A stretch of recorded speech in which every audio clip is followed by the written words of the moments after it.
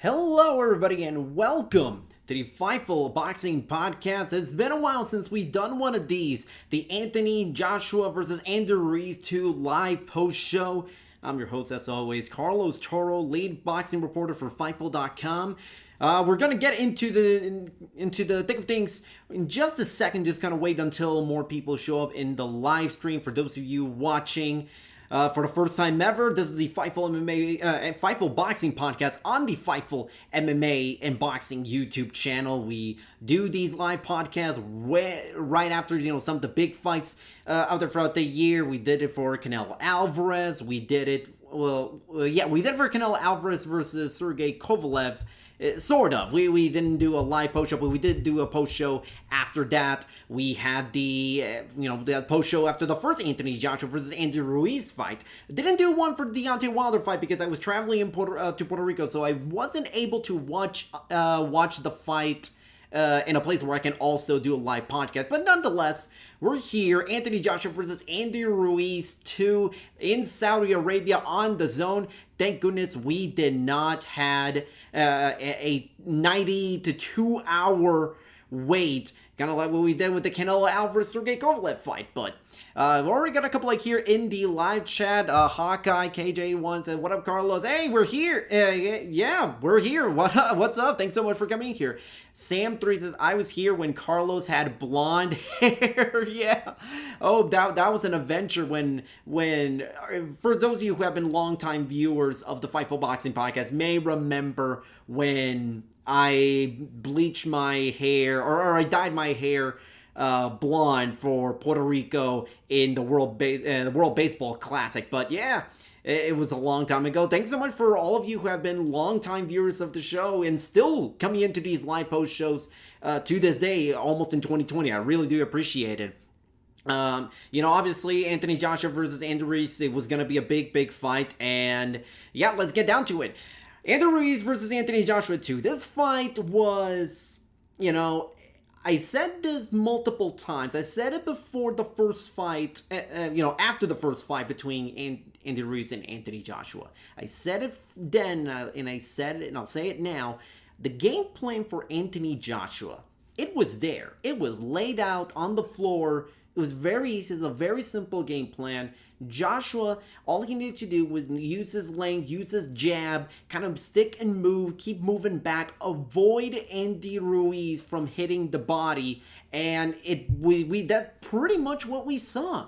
We could go down to nitty gritty, cover round by round, but really, if you saw one round of this Andy Ruiz Anthony Joshua rematch, you've seen all 12. It was literally just Anthony Joshua using the left jab, stick and move back, hit Andrew Ruiz pretty hard with the right hand on occasion, and Andrew Ruiz struggling mightily to, close the distance, attack on the inside. He didn't have, nearly as much luck landing big punches, big hooks on Joshua's head as he did in the first fight. And that was really the key. That was the whole key to the whole fight. Whether or not Andrew Ruiz can close the distance and if Anthony Joshua can just stick and move for 12 rounds. That was it. You can dissect it any which way, but it really is as simple as, can Joshua jab for 12 rounds? And can Andy Ruiz take advantage of those times, those little precious moments that he had in the fight where Joshua didn't really jab or decided to trade punches with Andy Ruiz?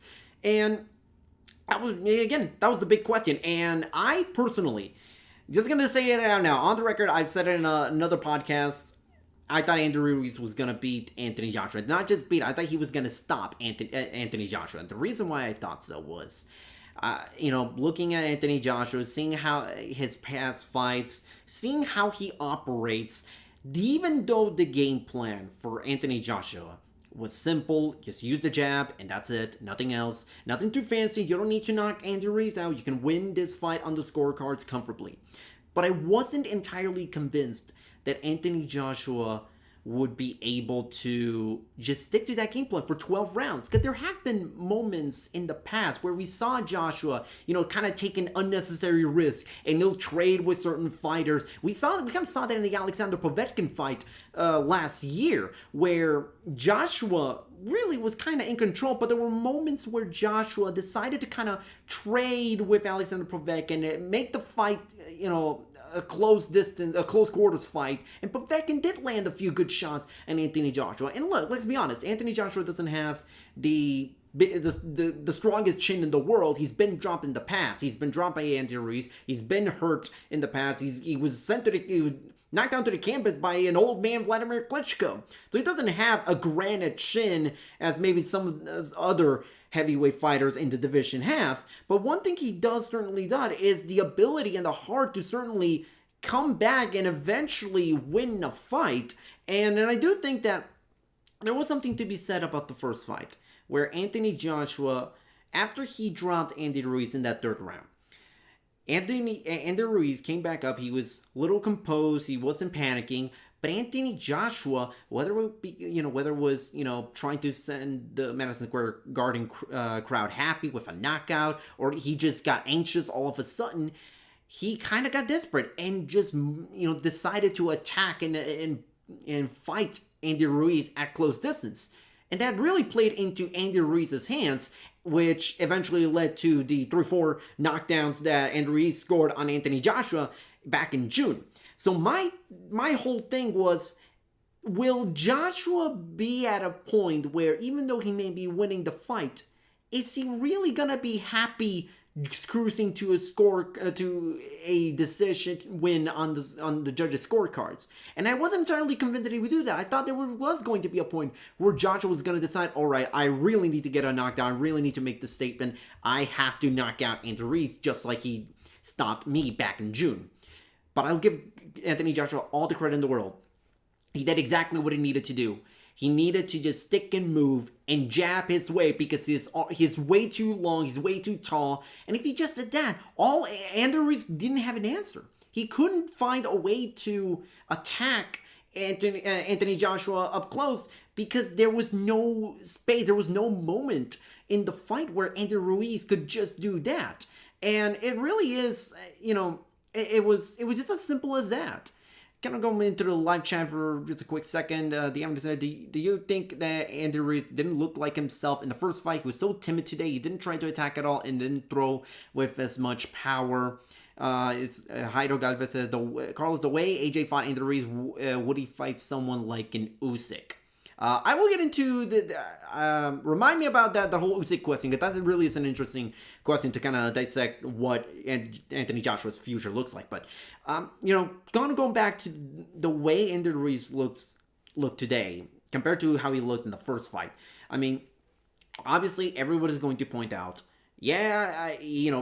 the fact that Andy Ruiz came into the weigh-ins yesterday, and he came in at a whopping 283.7 pounds.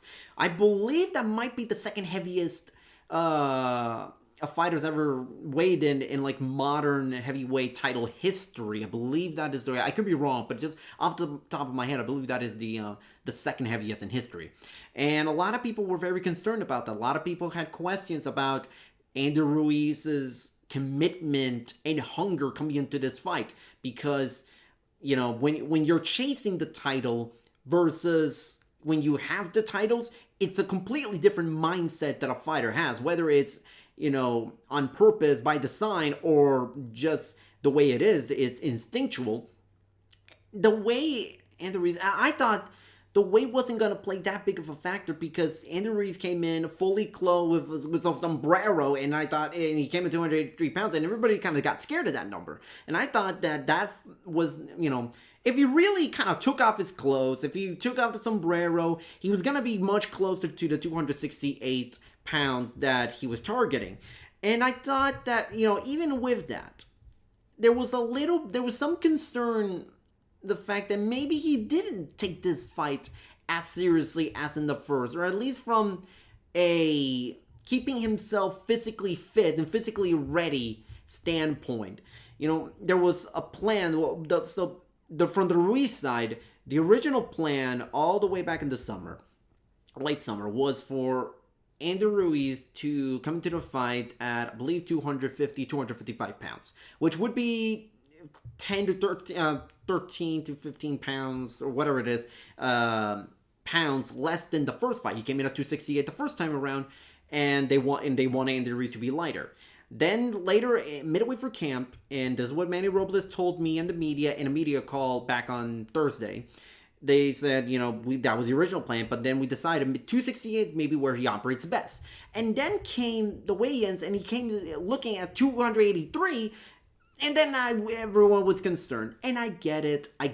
Even though he was fully clothed, there was something to be said about Andy Ruiz's weight and commitment levels heading into the fight. Do I think that was the big significant factor into Joshua winning or Ruiz looking the way he did? No. It really all came down to Joshua committing himself to a simple game plan. That was it. That was really the way this fight was going to go. It wasn't, Ruiz could have been in the best physical shape of his life, but it wasn't going to do anything because he's way too short. His arms aren't long enough to trade with Joshua at long distance. And Joshua, I'll give him all the credit in the world. Like I said, he did what he needed to do. It wasn't pretty. A lot of people will call this fight a boring fight. I had a friend that was like, it's almost like Mayweather levels of bad. Not entirely Mayweather levels of boring, but it was getting into that point. And I thought, yes, it was not, I thought that if Joshua was going to trade with Andy Ruiz, I thought Ruiz was going to beat him, and that would make for a far more exciting fight. But the way I thought Joshua could win this fight, it was never going to lend itself to being a smart fight. It was kind of similar to, kind of going back to Sergey Kovalev versus Elidar Storm Alvarez. The first fight was pretty exciting back in August 2018. You saw, Kovalev drop Alvarez in the middle of the fight. Then Alvarez came back, and they both had a big 5th, 6th round. And Atlantic City was on his feet. They were really excited, and Alvarez pulled off the upset, and he beat Sergey Kovalev. Then came the second fight, and it was a very similar fight to this fight. Kovalev, reinvigorated himself, went back to basics, used the jab. The fight was not as exciting, nowhere near as exciting as the first one, but it was the right type of fight that Sergey Kovalev needed to win. And it was one of those fights where being the stronger, faster puncher may not necessarily be what wins you the fight. It's being the smarter fighter. And that's what Anthony Joshua was. So it was really as simple as that. Let me see. Carlos, the way AJ fought Andy Ruiz. Oh yeah, that's the further question for later. Now that AJ has won the belt, is Eddie Hearn going to protect him from a Fury or Wilder?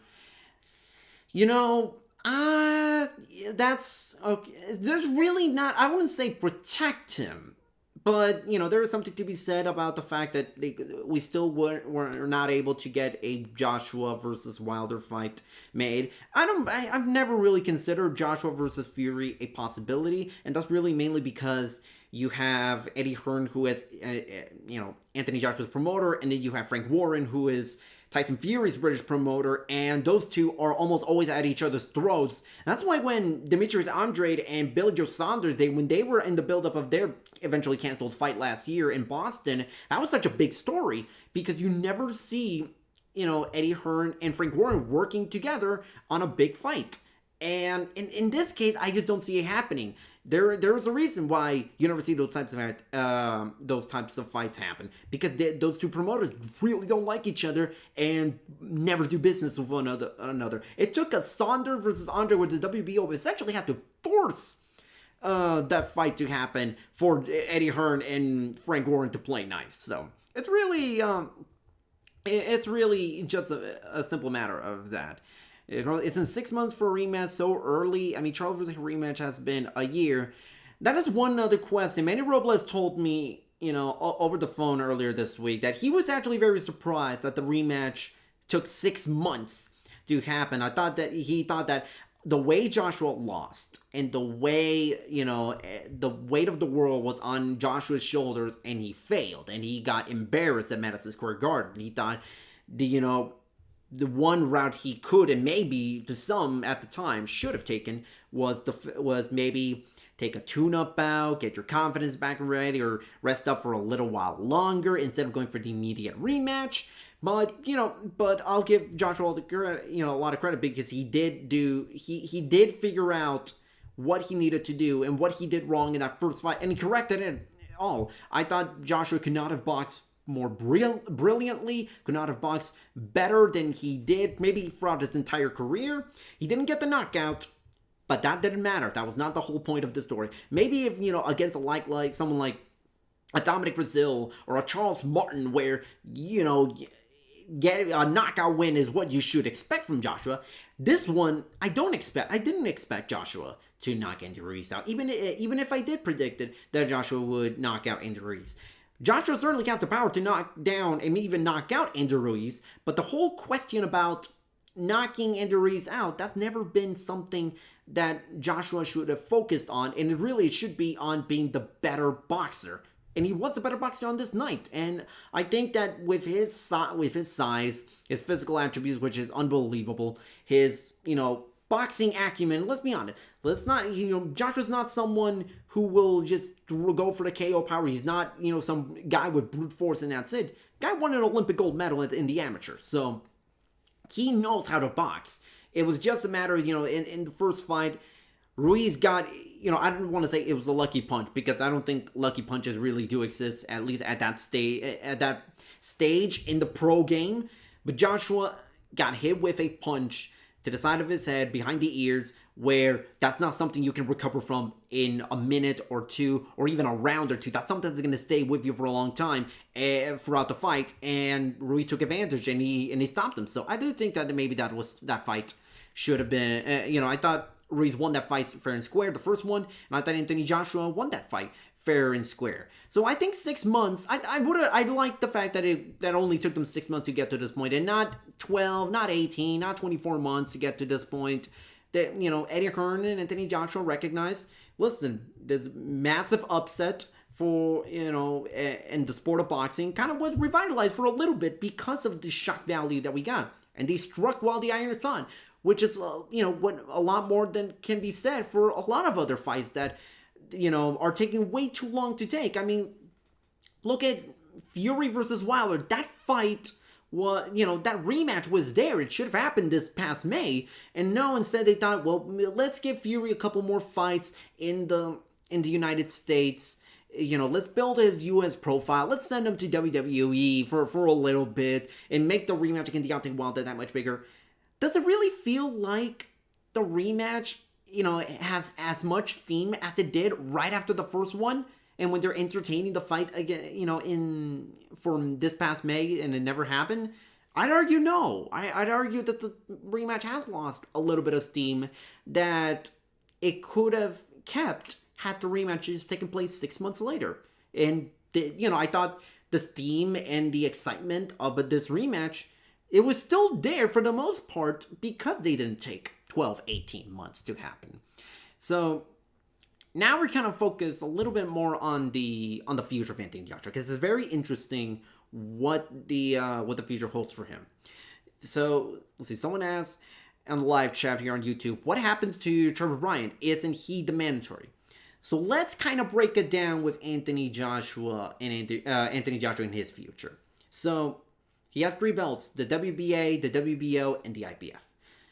So kind of going in order, because some people may not know this, but when a boxing champion has more than one title from the 4 major sanctioning bodies, we have the WBA, WBO, IBF, and WBC. When the champion holds more than one of those belts, there is kind of like an internal rotation system that is in place that will give every organization a chance to have their respective mandatory challenger challenge for the title. And so the way the kind of like the rotation system, that's kind of implemented right now.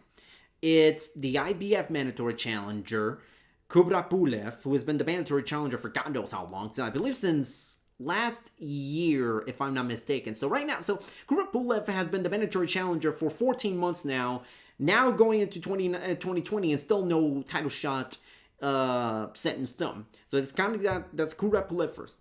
Then you have the WBO, and the mandatory is Alexander Usyk. Usyk became the mandatory challenger when he vacated his undisputed cruiserweight titles and used a special ruling in the WBO guidelines where if you are a WBO champion, you met certain criteria, and you're a good enough champion, your resume speaks for itself, especially during your title reign, you are eligible to become the mandatory challenger for the next champion in the next weight class, up or down. So he could have gone from to light heavyweight, he could have gone to heavyweight and be the number one contender for the WBO title right then and there. And he has done that, and he is the mandatory challenger for the WBO title that Joshua has. And then now you're going to move on to the WBA. And the WBA, and someone mentioned Trevor Bryan, he is the interim WBA champion. But he's not the next guy in line if we were to go for WBA mandatory challengers. Because you have also Mahmoud Char who is the regular or the secondary heavyweight champion for the WBA.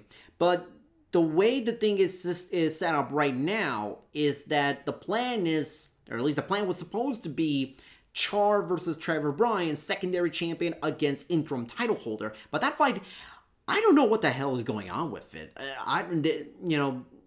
It was reported back all the way like in May that fight was going to be made, and the winner could potentially become the mandatory challenger to Anthony Joshua or whoever holds the WBA title. But that fight hasn't been made yet. No one knows what is up with that title. They reported that the fight terms were agreed upon, and that's it. And no one's heard about the whole thing since then. And the amazing thing is, and here's the thing, the WBA, they will not enforce a mandatory challenger. Not when they have 3 guys where they can charge sanctioning fees for their titles. They can just do that. They can do that wherever. They keep saying, well, we're gonna reduce the amount of WBA world titles we have to just 1 per division. And for a while, it kind of looked like they were trending into that direction, and they just completely abandoned it. It's a complete mess. When it comes to WBA and mandatory challengers, I don't pay any attention to that, and really no one should, because here's the problem: you have guys like Trevor Bryan and Mahmoud Char, who maybe if they really flex their muscle, they could have tell the WBA, hey, we want a shot at the actual WBA champion. But they're not. The WBA is not going to do any of that stuff. And what's amazing is that Char has held the secondary title since 2017, and he has yet to defend the title once. Trevor Bryan has held the title since August of last year. He has not defended the title once. So you have 2 guys who have held the title for well over a year. One of them holding it for a little more than 2 years. Not a single title defense, not a single fight. And the WBA hasn't done anything about it. They have not even commented about enforcing a deadline to have them just fight anyone. And it's not going to happen, because that's the WBA, and this stinks. So really, when we're kind of talking about the mandatory title situation, focus on the IBF and focus on the WBO. I don't even consider the WBA into the mandatory challenger plans for Anthony Joshua in the future. Not at all. Not when the WBA can just keep racking up those sanctioning fees. It's one SSS, as Carlos, isn't it common once all the titles are unified, don't they vacate and go up like Crawford and Usyk?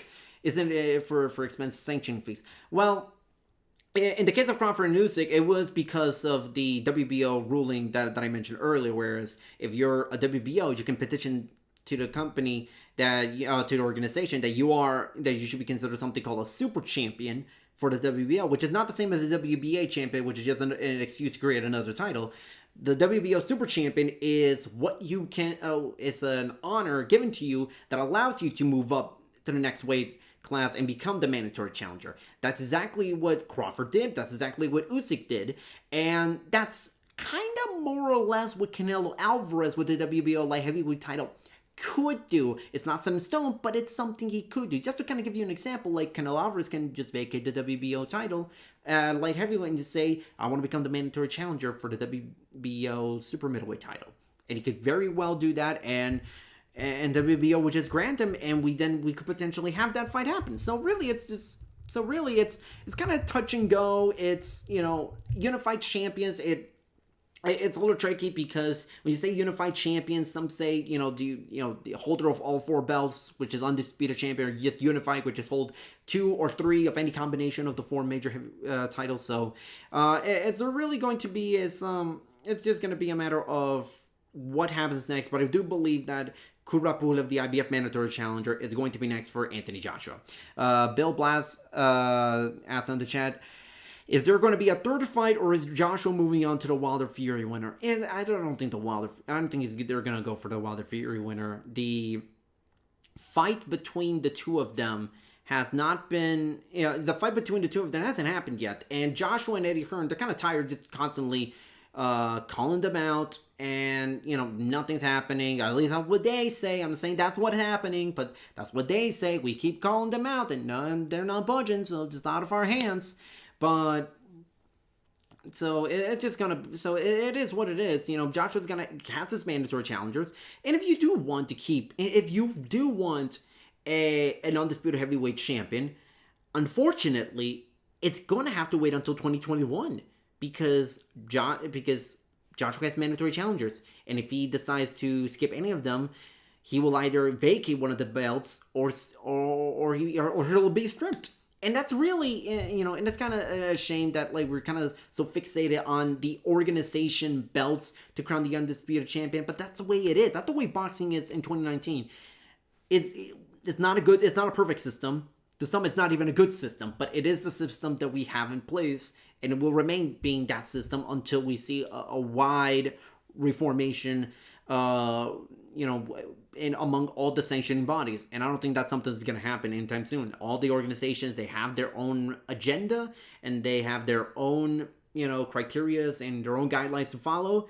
And uniting all four of them, or just getting rid of all of them, and just having one single body ruling the sport, I don't think it's going to happen. It's way too global. There's way too many entities to just round up into one little nest and just pretend that everything's going to be all right. Let's see. Why doesn't Wilder versus Fury 2 for the ring? I believe you were asking why that fight why Wilder versus Fury 2 isn't going to be for the Ring Magazine belt. I don't know. It may very well be for the ring. I don't remember. I believe Douglas Fisher or whoever is in the Ring Magazine belt committee, I believe they said, don't quote me on this, but I think they did say it's gonna be for the titles. In the past, they said, when immediately after Tyson Fury was stripped of the ring title, they just said it's gonna remain vacant until we get Joshua versus Wilder. But then came the first fight between Wilder and Fury, and I believe that the rematch may or may not be for the ring. But I think that a while back they did say that it might be for the Ring Magazine belt. Don't quote me on this, but it might be possible. At the very least, we're gonna get the WBC title, which which is still pretty significant stakes as far as I'm concerned. Let's see. We've seen people win the Ring Magazine belt with no other belt in the ring. Yeah. I mean, it really depends on what entity you follow. Because here's the thing: in the U.S., Ring Magazine belt doesn't really hold that much meaning. But you go to the U.K., Ring Magazine belt actually still holds some significance. And I've seen fighters talk about, they're not just saying, I want to win the WBO title. I don't want to win the WBA title. I want to win the Ring Magazine belt. And to some, it really all depends on who you're asking about the Ring Magazine belt. Because to some, they don't even consider a legitimate world title. To some, they do consider a legitimate world title. It's just a matter of preference, where in the world you're asking about it, and, what the situation is in place. But right now, Ring Magazine belt isn't really all that needed for the heavyweight division to, figure out who is the best heavyweight champion. We can kind of figure out who that is. It's either Joshua and the Wilder vs. Fury 2 winner. Those are the two top heavyweights. So, I'm now, before I forget, there was someone who asked about how Joshua would fare against Alexander Usyk.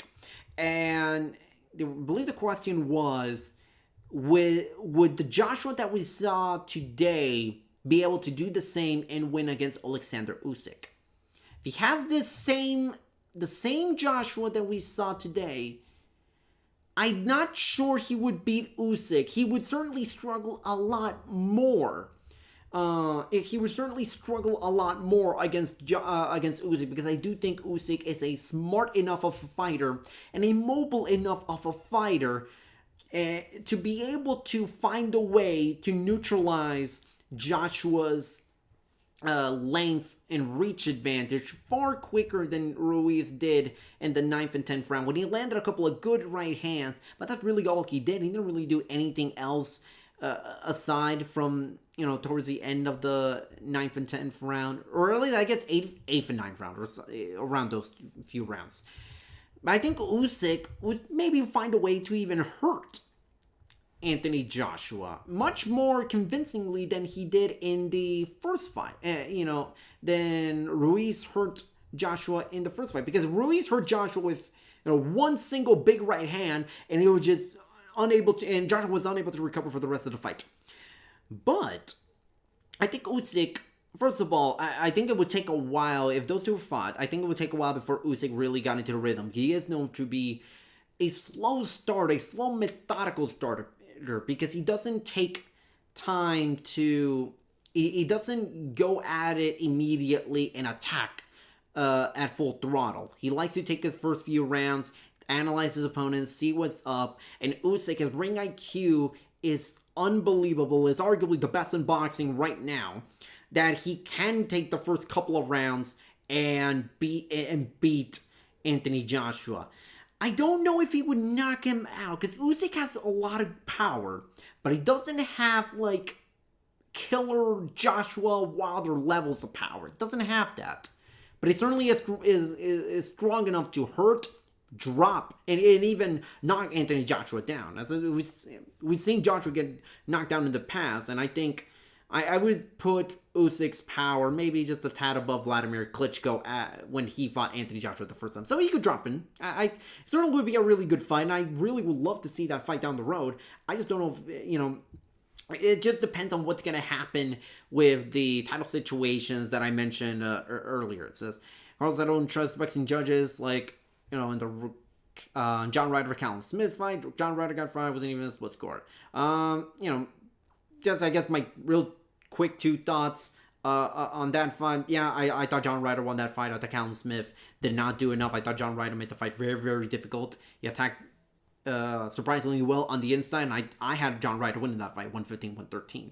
So it's really all a matter of who the fighters are, where the fight is taking place, and who the judges are. It really is a simple matter of fact. And if you were to put that fight, Joshua vs. Usyk, in the UK, well, that probably would take in the UK. I don't know where else we would put it. You could put it in the US, but I'm not sure if it would, be as big an event in the US as it would in the UK.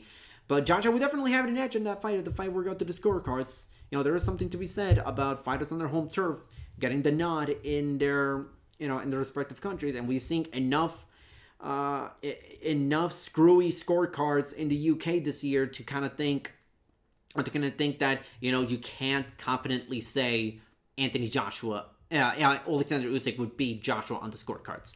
Let's see. Is Callum Smith going to get a shot at David Benavidez? It's a good opponent for Canelo since they have the ring. Canelo, three division champion. Yeah, Callum Smith would be a good, so Callum Smith, the thing about Callum Smith is that, he wants to fight David Benavidez.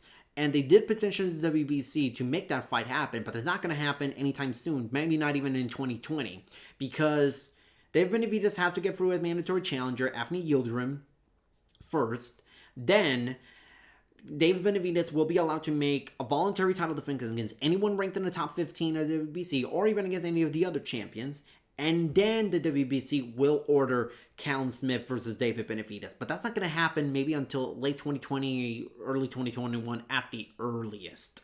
Callum Smith looks like he needs to go to 175. He is really big. Yeah, I wouldn't mind Callum Smith at 175. Guy is massive. Guy is tall. I don't know how he's able to make weight. And from the looks of it, makes weight very comfortably. So it's very interesting seeing Callum Smith fight. I thought, heading to the John Ryder fight, he was the best heavy, not light heavy, super middleweight in the world.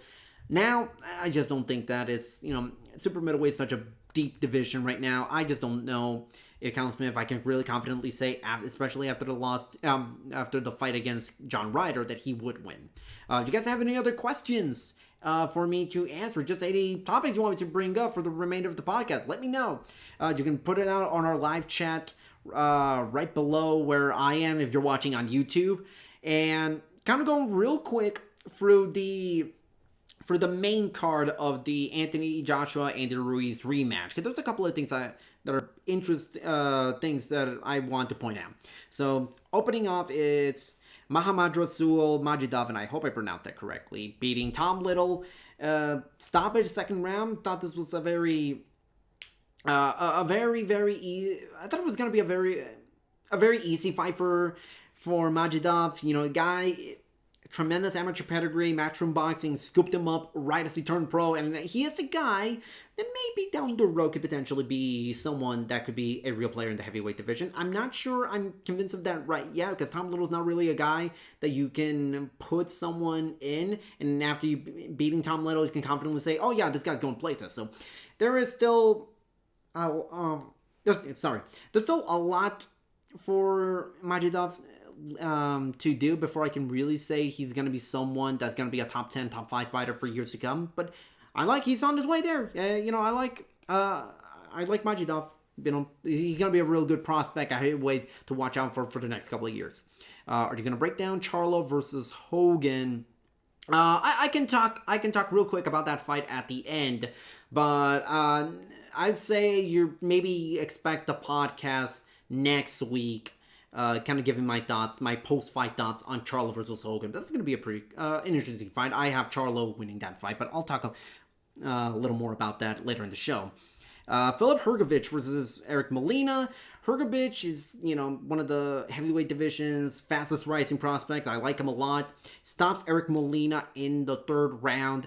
So Molina had this weird thing where he kind of kept going down and putting his head down, and like Hrgović was gonna land those punches. It kind of borderline illegal, but not really. I thought he dropped Eric Molina a couple of times in the first couple of rounds, and the referee didn't think it was a knockdown. He thought he either pushed him down or it was a slip, and I didn't think that it was the case. So I don't know. The referee was very weird for that fight. Hrgović beats Eric Molina. I thought, Molina's, a good name. He's not a top 10. He's not a top 15, not even a top 20 guy in the heavyweight division. But it's the first guy with a name on Hrgovic's resume. He's not a, he's not one of these, 500 record guys, or guys who are way past their prime, or anything like that Hrgović can just easily take out. He's not a Gregory Corbin, who is just not good to begin with. And I thought, Hrgović is a guy that's going to look at the, heavyweight division. He could make some noise. I don't think he's not going to be a real contender next year, but maybe early 2021, then you might see Hrgović be a real solid fighter down the road. Let's see. Is Ryota Murata ever going to be promoted to super champion? I don't believe Canelo's next fight is going to be at 160. It depends. It depends on what the WBA is feeling that day, but I agree. I don't think Canelo's fighting at 160 next. I do think that the drop off from 175 to 160 it's way too much for Canelo to do from one fight to another. I think he'll fight at 168 next. But I think the WBA is going to be fine with him being the super champion at middleweight for a while and not necessarily have to defend the title. The WBA is not in any hurry to enforce any mandatory challengers for Canelo as WBA middleweight champion. If Canelo fought Callum Smith, is the height difference going to be the same like Joshua Ruiz? Not really, because I think Canelo Alvarez is a better fighter than Andy Ruiz, and I think Canelo Alvarez is a guy who is mobile and strong enough to force his way up into the inside. Let's remember, we saw that fight. Canelo versus Rocky Fielding, and Canelo was able to neutralize the height disadvantage like that. He did the same for Sergey Kovalev. Well, it took against Sergey Kovalev a little while longer, but he eventually was able to do that. So I think Canelo would have a far easier time neutralizing Callum Smith's length than Ruiz did against Anthony Joshua tonight. Ivan Price beats Sweaty Muhammad, TKO round 3. The commentary was very weird. The zone commentary was very weird. They were really singing Ivan Price's praises throughout the whole night and throughout the whole fight. And, Price is a nice prospect, but I just don't see I just don't see what's so special out that, commentary is making him up to be this next guy. They're mentioning Lomachenko's name in the prize fight. I don't know why they have to do something like that. And the guy's a prospect, and no one's saying he's a world champion in the making. So I don't know why that fight was made. So who knows? Maybe Matchroom Boxing sees something in him that I'm not seeing, but I just don't see it. Dillian White beats Mariusz Wach by unanimous decision. God, what do I say about this fight? First of all, this was the worst Dillian White fight I've ever seen since I started covering boxing in mid-2016. This is the worst Dillian White I've seen. Now, to be fair, White kind of took this fight at last minute, and you can tell he was nowhere near in fighting shape. He looked flabby, he looked pretty chubby, he looked heavier than he usually does in past fights. Didn't have the oomph in his punches, didn't have nowhere near the speed as he had in past fights. And White's not exactly a fast fighter. He looked bad. Give credit to Mariusz Wach. I thought Mariusz Wach did a really good job, and he really brought the fight to Dillian White, but this was not a good fight. They kept saying that this was a very good fight and a very exciting fight. It was a nice fight, but action was slow. Punches were being landed, hard punches, but it wasn't anything too solid. I thought that White looked terrible, and believe me, this fight, even though I will give White a pass to a certain extent because this is nowhere near his best, and I know White can be a lot better because he was nowhere near in shape in this fight. This was just a stay busy fight that he can take advantage while he was suspended by the UKAD or by the WBC, really, while the UKAD was investigating him for the failed drug test. And it was a fight he took that no one really could say anything about because it's in Saudi Arabia and the UKAD has no jurisdiction over there in that country. So really, it is what it is. But I think Dillian White, he's gonna try to, push his way towards a world heavyweight title shot against Deontay Wilder or against Tyson Fury, whoever wins that rematch in 2020. But I don't think I think Dillian White loses to both of them. It's really not gonna be.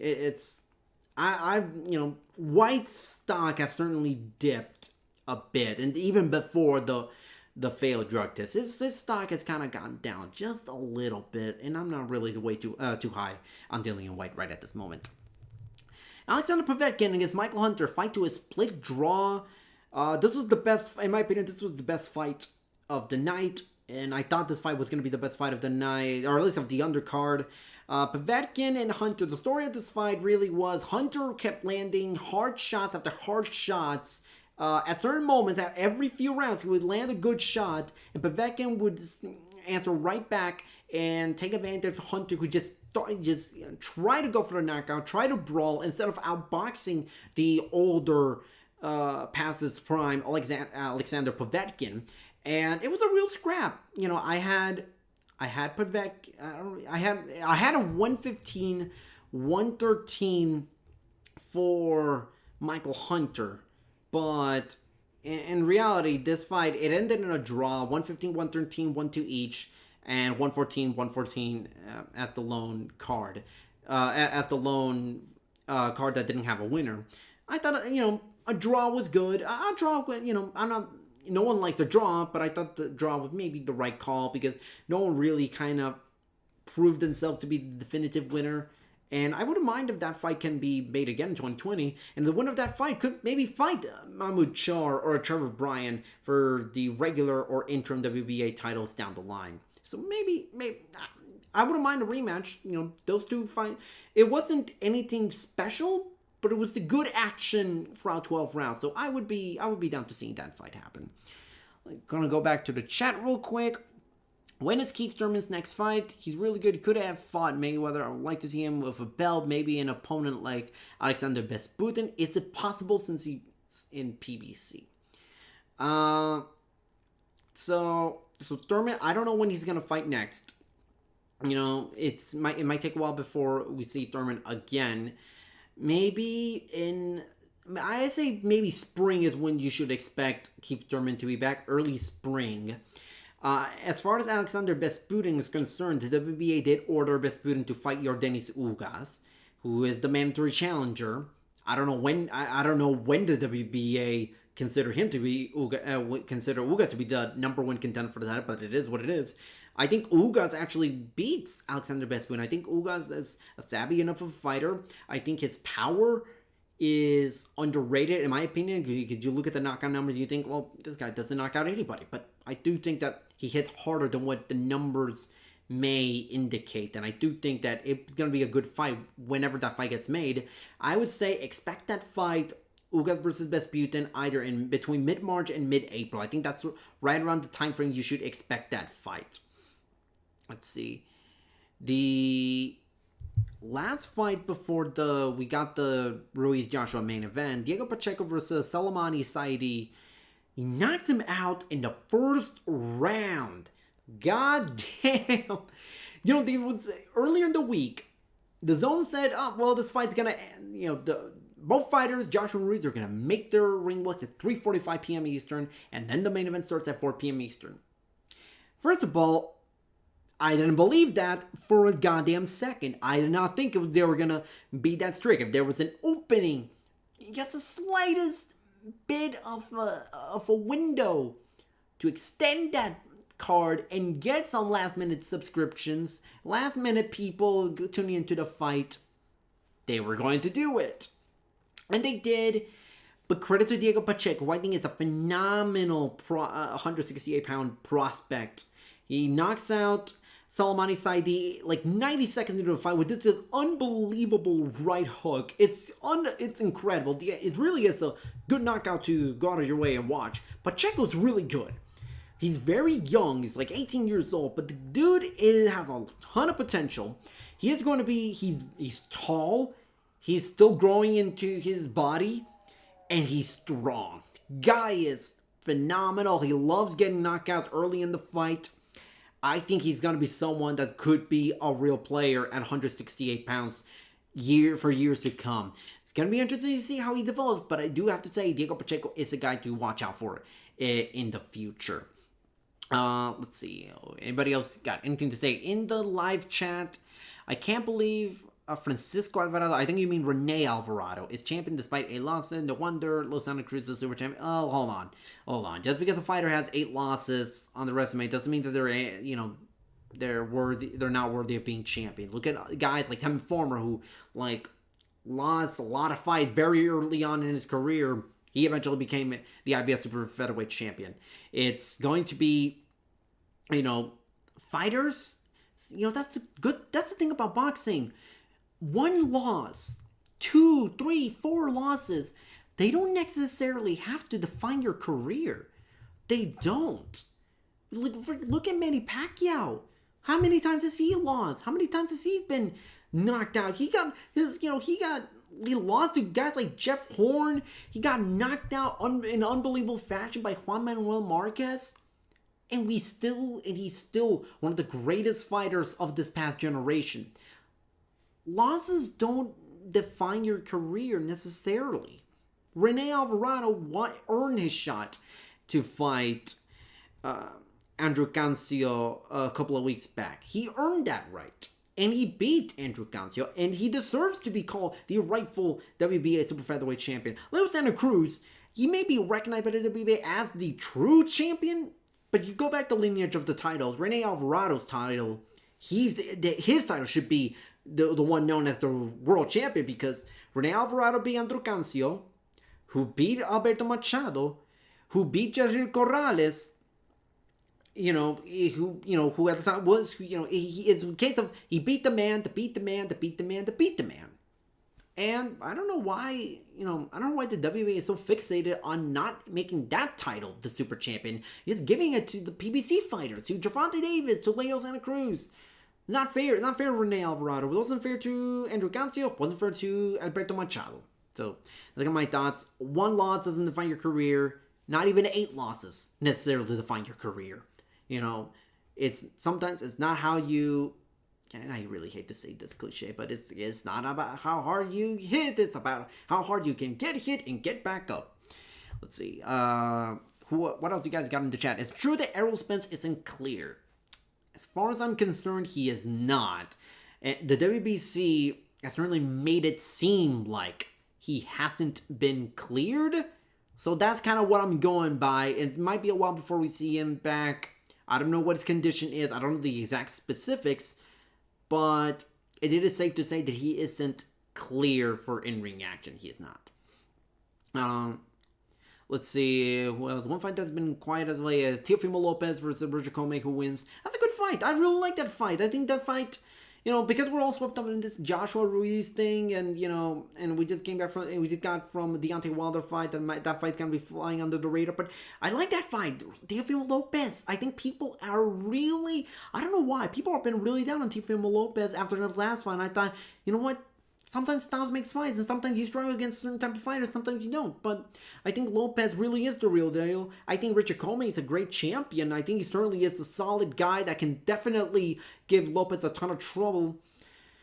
I'm going to go on a limb, and I'm going to say Teofimo Lopez wins a very, very close one. But I don't feel confident about that pick because Richard Comey really is that good. And I think he's great. I think both guys are great. I think both guys... Whoever wins, deserves to be recognized as the IBF World Champion. They're pretty good. They are top 10, maybe to some top 5 lightweights. And I think that fight is going to be pretty good. I think that fight's going to be the best fight of the night, arguably. Some might say Mick Conlon versus Vladimir Nikitin because of the history those two share. But I think Teofimo Lopez versus Richard Coleman is going to be the best fight of that night. And kind of going, kind of closing in on this Fightful Boxing podcast, I do want to kind of give my final thoughts on Anthony Joshua versus Anthony Ruiz. Anthony Joshua, he has been dealt kind of a bad hand in the last couple of years. Because, over here in the U.S., you got Deontay Wilder, and they think he's the best heavyweight champion out there. And then you got Anthony Joshua, who, in my opinion, was the best heavyweight in the world before he lost to Andy Ruiz back in June. And I do think that a lot of people should, and I think a lot of people weren't giving Joshua a ton of credit, but I do think that Joshua right now has once again earned the right to be considered the best heavyweight in the world right now. Do I think he beats Deontay Wilder or a Tyson Fury? I don't know. Because as one thing that I repeatedly said in this podcast, and even after Joshua lost to Andy Ruiz, the way to beat Andy Ruiz if you're Anthony Joshua, use the length, use the jab, your arms are huge, your arms are massive and long. That's all you needed to do to beat Andy Ruiz. But you can't do that against Deontay Wilder. You can't try to outbox Deontay Wilder. You can, and you can succeed at outboxing Deontay Wilder. But the question will always be for any opponent of Deontay Wilder: can you survive getting hit with that right hand and get back up? Only one man's been able to do that, Tyson Fury, and the best he could do is force a draw. So I don't know who wins between Wilder and Joshua. You can make a strong enough case for either guy, and I wouldn't say you're wrong on either case. It's that polarizing discussing that fight. I do think that fight is a 50-50, a true 50-50 fight. Just as I think Wilder versus Fury is a true 50-50 fight. Wilder beating Dominic Breazeale and Luis Ortiz again, and Fury beating Otto Wallin and Tom Schwartz. After those two respective wins, my opinion on that rematch has not wavered, has not changed. It really does depend on what happens when Tyson Fury gets hit with the right hand once again. And I think Fury is good enough of a boxer to outbox and survive to the 12th round and win on the scorecards. I thought Fury won the first fight, but it's really going to depend on what's going to happen next. And whoever wins out of that fight, you better believe the boxing world's going to demand Anthony Joshua to fight either guy for the undisputed heavyweight titles. For the good of the sport, you have to make that fight happen. But the reality is, we're dealing with the politics, the behind the scenes BS that this sport has been known to have for decades, maybe even centuries, it's not going to happen next year. We may be back to square one to right before Anthony Joshua beat Andy Ruiz, but we are still nowhere near closer to getting Joshua versus Ruiz. Even if Joshua did beat Ruiz the first time around, we would have not been any closer to crowning an undisputed heavyweight champion. And that's not going to happen anytime soon. And for Ruiz, he certainly earned his way to getting 7-figure paydays for a long, long time for whenever he fights. And hey, if Joshua versus Wilder Fury 2 winner doesn't happen, I don't think a single person would complain if Andy Ruiz gets a crack at either Wilder or Fury. I think that would be a good fight. And I do think that Ruiz, if he's able to come back, maybe win a tune-up fight or two against a solid opponent, I think that would make a good fight. And I don't think a single person would complain because they know what Andy Ruiz is capable of doing. We saw that all the way back in 2016, I believe 2016? Yeah, 2016. When he traveled all the way to New Zealand and he almost beat Joseph Parker to win the WBO title. And he beat Anthony Joshua. And he dared to travel to Saudi Arabia to fight Anthony Joshua again. So I do think Andy Ruiz has earned himself the opportunity to fight for another heavyweight title down the line. It's not going to happen next, but he certainly has earned his way to getting another title shot. Maybe late 2020, early 21, but who knows. Right before I sign off, kind of want to address any questions you guys have in the live chat. What's next for Loma? Even if he fights Lopez Acome, he is the WBC champion. If he beats Teofimo Lopez or Roger Comey, I don't recall there being a mandatory for Vasily Lomachenko. Devin Haney was supposed to be the mandatory challenger, but that's no longer the case. But if the best fight to make for Lomachenko after the Lopez Comey winner is either Devin Haney or Gervonta Davis. Have to make that fight happen. It's a legacy fight, especially the Gervonta Davis fight, because those two have been together in terms of potential dream matches in today's era of boxing, and that fight's never happened. And it's gonna be tough because you got conflicting promoters, conflicting parties that want to get the fight for themselves. I don't know if it's gonna happen. I don't know what the future is for Lomachenko besides fighting the winner of Teofimo Lopez and Richard Comey. Who is likely to get a fight? Josh Warrington for Josh Warrington. Is it Shakur Stevenson, Shu Chan, or Leo Santa Cruz? The smart money is Shu Chan because both fighters have said in post-fight interviews after their recent title defenses that they would like to fight each other. Shakur Stevenson wants to fight Josh Warrington. That's a fight that can be made, but I think Chop Rick's going to hold off on that for just a little while longer. Let Shakur build himself up a little while longer now that he's the WBO featherweight champion. But you put Josh Warrington against Stu Chan together in the ring, I'm telling you, that's going to be magic. Stu Chan's probably my favorite featherweight to watch right now. And Josh Warrington is a damn good fighter, arguably the best featherweight in the world right now. So I would love to see that fight happen next. And I do think that fight's going to happen next. They both have said they would like to fight each other, and they name-dropped each other. Josh Warrington really didn't have any incentive to name-drop Stu Chan after his most recent title defense, but he did. So that kind of gives me an idea, that kind of gives off the impression maybe there isn't anything in the works, but there's maybe some dialogue between both parties thinking we can make that fight happen. I'd be down for that. I think that'd be one of the best fights of the year if you can make that fight happen. Lastly, any chance of a co-promoted card with Golden Boy and Mayweather Promotions? No. I mean, well, never say never, especially in this sport, but that's highly unlikely. First of all, you have to there's two big elephants in the room to start things off. First, you have Oscar De La Hoya and Floyd Mayweather on each side. Just getting them in the same room is almost impossible, let alone organize a big boxing event. Then you have the television issue, because Mayweather Promotions typically has events on Showtime, and then you have Golden Boy Promotions cards on the DAZN.